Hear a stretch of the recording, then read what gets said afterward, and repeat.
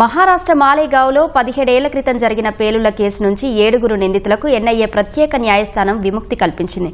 మాజీ ఎంపీ సాధ్వి ప్రజ్ఞా సింగ్ సహా 7 నిందితులను నిర్దోషులుగా ప్రకటించింది. ఎన్ఐఏ దర్యాప్తులో చాలా లోపాలు ఉన్నాయని తెలిపిన న్యాయస్థానం సంశయ లబ్ధి కింద నిందితులకు అనుకూలంగా తీర్పు వెలువరించింది. మాలేగావ్ బాంబు పేలుళ్ల కేసులో 7 నిందితులను ముంబైలోని ఎన్ఐఏ కోర్టు నిర్దోషులుగా తేల్చింది. మాజీ ఎంపీ సాధ్వి ప్రజ్ఞా సింగ్ సహా మిగిలిన నిందితులు నేరం చేశారని చెప్పేందుకు ఎలాంటి ఆధారాలు లేవని వెల్లడించింది. మాలేగావ్లో బైకులోనే బాంబు పెట్టినట్లు ఎన్ఐఏ నిరూపించలేకపోయిందని పేర్కొంది. మాజీ సాధ్వి ప్రజ్ఞా సింగ్కు సొంత బైక్ ఉన్నట్లు ఆధారాలు లేవని న్యాయస్థానం పేర్కొంది.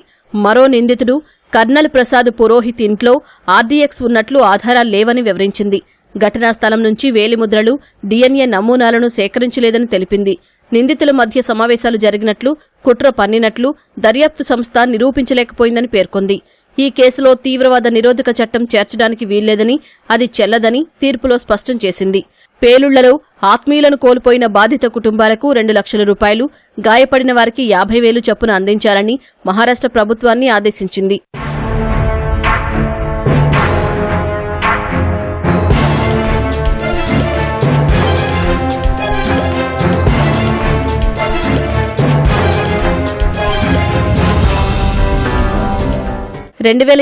సెప్టెంబర్ 29న మాలేగావ్లో మసీదు వద్ద పార్క్ చేసిన బైకులో బాంబు పేలి 6 దుర్మరణం చెందారు.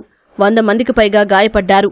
ఈ కేసులో బీజేపీ నాయకురాలు, మాజీ MP Pragya Singh Thakur, lieutenant colonel Prasad Purohit, retired major Ramesh ఉపాధ్యాయ, అజయ్ రాహిర్కర్, సుధాకర్ ద్వివేది, సుధాకర్ చతుర్వేది, సమీర్ కులకర్ణి నిందితులుగా ఉన్నారు. 17 సంవత్సరాల తర్వాత ఈ కేసులో తీర్పు వెలువరించిన ఎన్ఐఏ ప్రత్యేక కోర్టు నిందితులందరినీ నిర్దోషులుగా ప్రకటించింది. ఈ కేసులో 2018లో ప్రారంభమైన విచారణ 2025 ఏప్రిల్ 19న ముగియగా ఆ రోజే తీర్పును రిజర్వ్ చేసిన న్యాయస్థానం నేడు వెలువరించింది.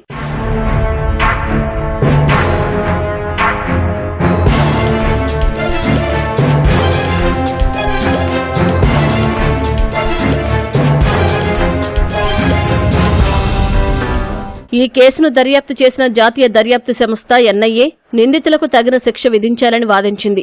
ముస్లిం జనాభా గణనీయంగా ఉన్న మాలేగావ్లో ఈ పేలుడు ద్వారా ముస్లిం సమాజంలోని ఒక వర్గాన్ని భయభ్రాంతులకు గురిచేయడానికి ప్రయత్నించారని ఎన్ఐఏ ఆరోపించింది.